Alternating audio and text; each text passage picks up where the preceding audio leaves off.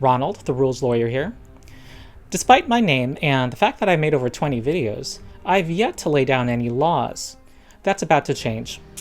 I teach an after-school middle school tabletop role-playing game class in which the students must earn their experience points and magic items, and nearly all the games are game mastered by the kids themselves, so it's not uncommon for some of the students to try to cheat on their dice rolls.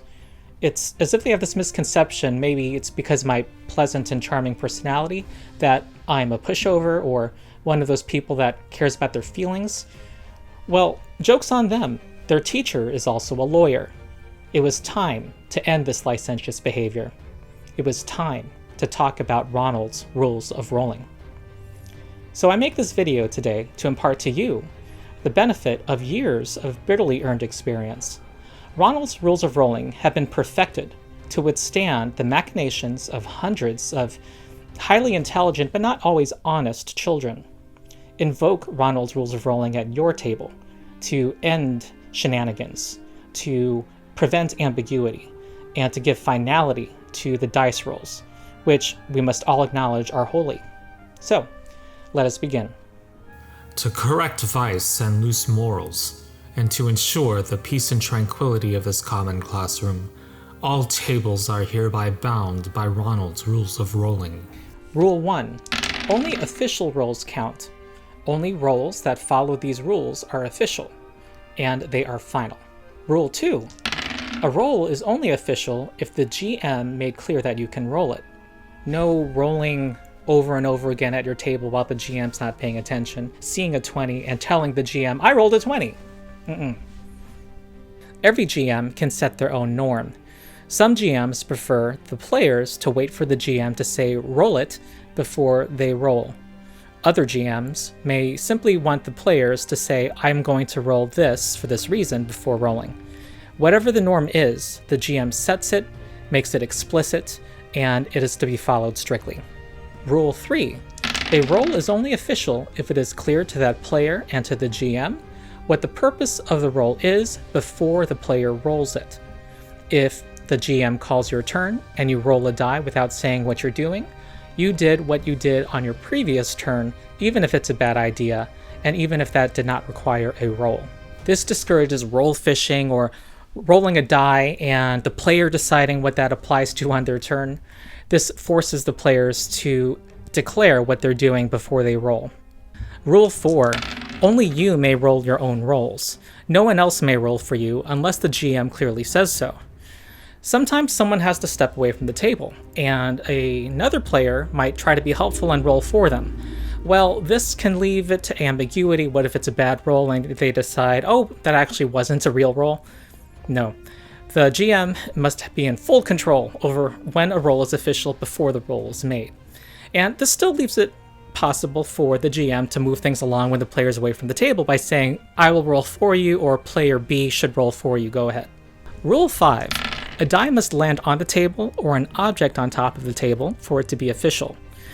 Many enthusiastic students will roll their die and it rolls off the table, and depending on the die result on the floor, they want to say it was actually a real roll or not. This prevents ambiguity, also prevents semantics arguments with students who say, well, it landed on a book, so that's not the table. Well, this rule makes clear that's still an official roll. Rule 6. If it falls out of your hand and lands on the table, or an object on top of the table, even accidentally, it is still an official roll, so long as it conforms with the other rules. So if a student says, I'm going to roll to attack, and then while they're shaking the die in their hand, it accidentally falls out before they intended, and it turns out to be a 5, that is still an official roll because they declared what their intention was and it fell out of their hand. So that's an official roll still. Rule 7. If something interfered with the path of your die after it left your hand, it is still an official roll. I've seen instances where kids roll a 20-sided die and it hits another student's hand. They don't like the result and they say, that's not a real roll, let me re-roll it. That student ruined my roll. Nope, it's still a official roll. Rule 8.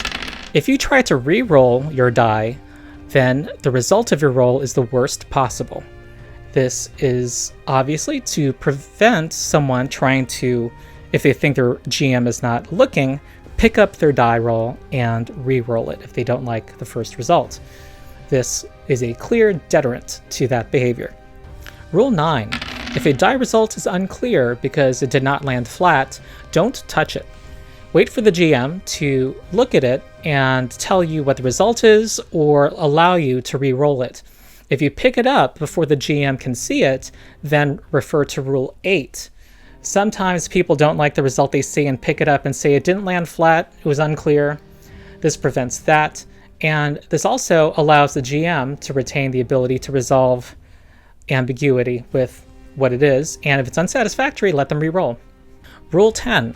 Sometimes a single action calls for more than one die roll, such as Fireball requiring several saving throws, or targeting a concealed enemy in Pathfinder 2nd Edition. Well, the GM sets the standard of what is what before you start rolling. So for example, if there are 6 targets of Fireball, the GM can say, the ones closest to you are the closest enemies to your caster on the table.